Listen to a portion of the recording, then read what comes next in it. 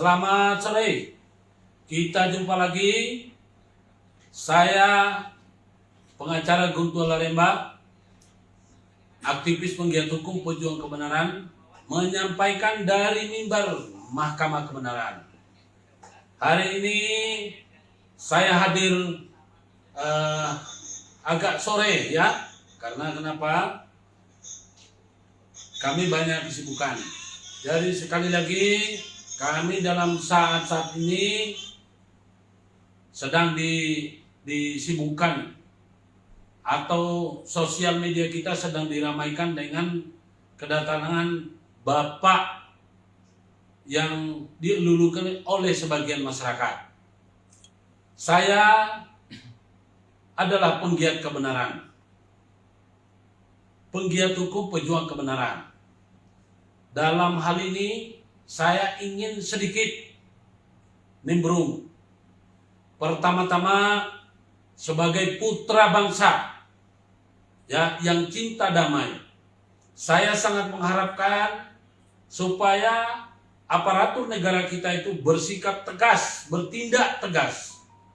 Jangan ada pilih kasih. Sebab apa? Hukum kita itu berlaku equal. Equal itu sama. Tidak ada satupun yang boleh diistimewakan.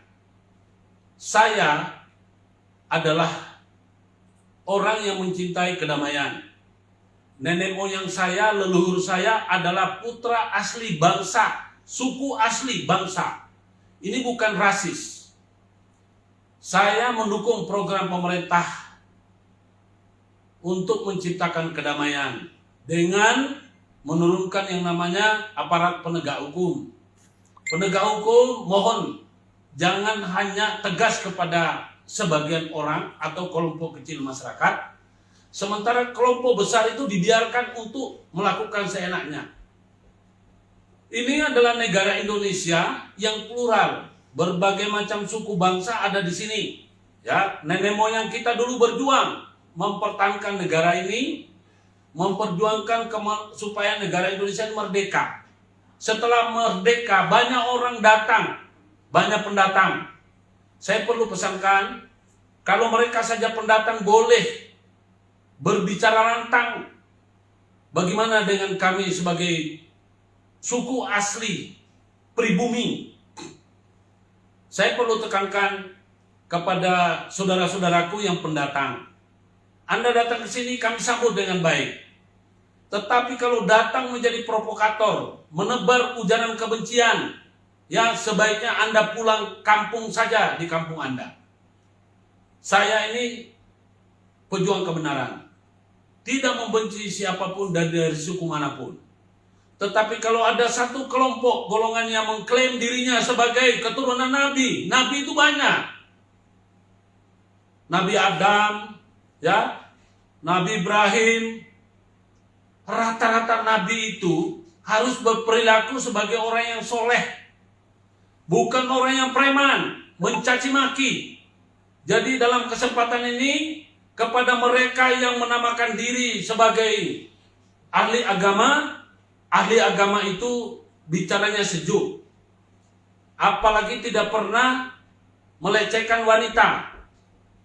Saya, pengacara Guntur Laremba, ya, aktivis penggiat hukum pejuang kebenaran, tentu akan bersuara lantang. Selama ini saya diam. Tapi ketika melihat perangainya seolah-olah mereka itu paling benar, saya merasa terusik. Saya merasa terpanggil untuk bersuara. Jadi sekali lagi kepada saudara-saudaraku pendatang, ya, dari negara luar, kami tidak membenci kedatangan Anda. Tetapi kalau Anda datang ke sini menebar kebencian, menebar ujaran kebencian, mengajari generasi muda dengan bermusuhan, saya perlu sampaikan kepada saudara-saudara yang suku asli pribumi, jangan mau diperdaya. Di Timur Tengah sana tidak ada yang damai. Karena apa? Karena mereka itu memang hobinya perang. Sedangkan budaya kita itu hobinya itu bersalaman. berpelukan. Ya. Jadi Polri ini perlu bertindak keras. Ya. Kalau ada pejabat negara yang membiarkan ya adanya sekelompok masyarakat untuk ini, harus ditindak. Negara kita negara hukum. Proses.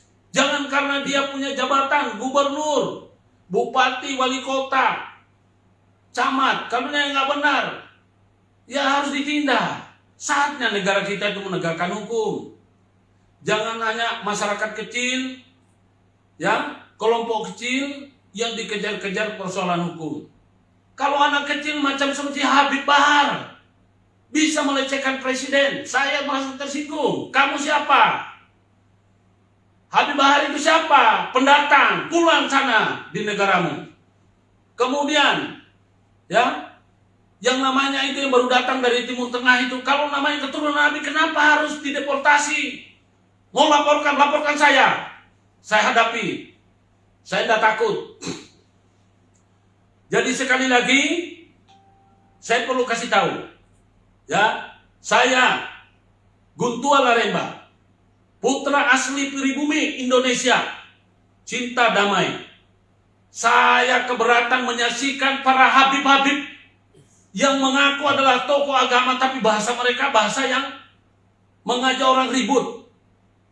Emang siapa mereka? Kalau kebetulan nenek moyang mereka ikut berjuang, bukan berarti mereka pahlawan. Mereka karena datang numpang hidup, ya mereka boleh.